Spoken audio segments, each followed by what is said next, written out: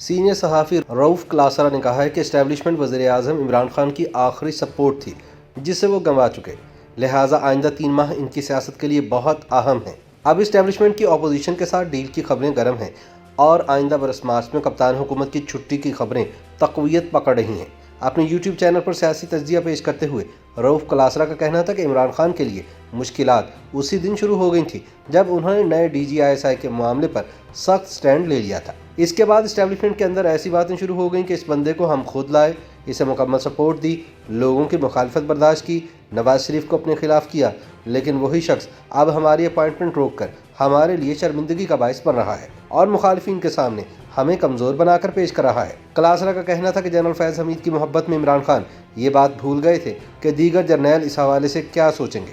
अब की सूरत हाल ये है कि हमें नज़र आ रहा है कि इमरान खान और एस्टेब्लिशमेंट के दरमियान ज़्यादा मुलाकातें नहीं हो रही और दोनों जानिब से एक दूसरे से फासला रखा जा रहा है। उन्होंने कहा कि रही सही कसर खैबर पख्तूनख्वा के बल्दियाती इंतखाबात ने पूरी कर दी है। मौलाना फजलुर रहमान का इन इंतखाबात में जीतना इमरान खान के लिए वेकअप कॉल है कि अब इक़्तिदार इनके हाथों से फिसलता जा रहा है। रऊफ़ क्लासरा का कहना था कि दूसरी जानिब एस्टेब्लिशमेंट की अपोजिशन के साथ खुफिया डील होने की खबरें मंजरेआम पर आना शुरू हो चुकी हैं।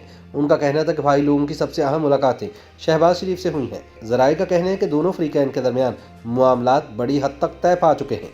एस्टेब्लिशमेंट की जानिब से पहले ही कहा जा रहा था कि शहबाज शरीफ को वज़ीर आज़म बना दिया जाए, जबकि नवाज शरीफ पार्टी चेयरमैन बनकर मौजें करें, लेकिन उनकी बात नहीं मानी गई।